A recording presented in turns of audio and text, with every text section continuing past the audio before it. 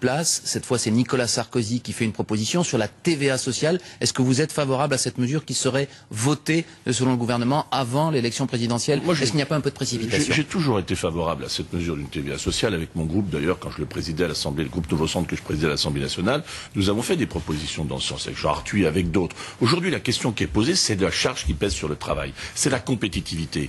C'est simplement le fait de préserver l'emploi de demain en disant, est-ce qu'on peut continuer avec un système qui fonde la protection sociale, sur le travail.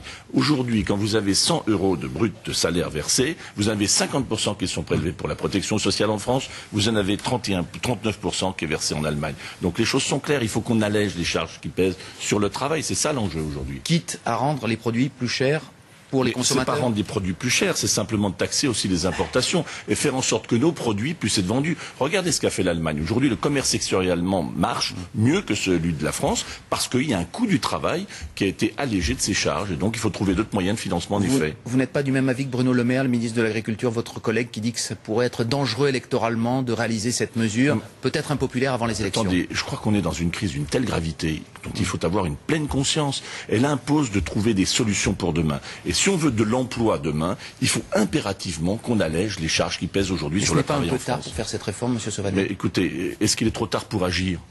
Moi, quand j'entends tous ceux qui nous disent « oui, vous devriez renoncer », est-ce qu'on va se mettre en stand-by alors qu'on a une telle crise parce que nous sommes à 100 jours d'élection? Jusqu'au dernier jour, il faut qu'on agisse pour les Français. Et moi, je suis aux côtés du président de la République pour qu'on rende utile chaque jour pour trouver des solutions qui préservent l'emploi notamment parce que c'est de ça dont il s'agit.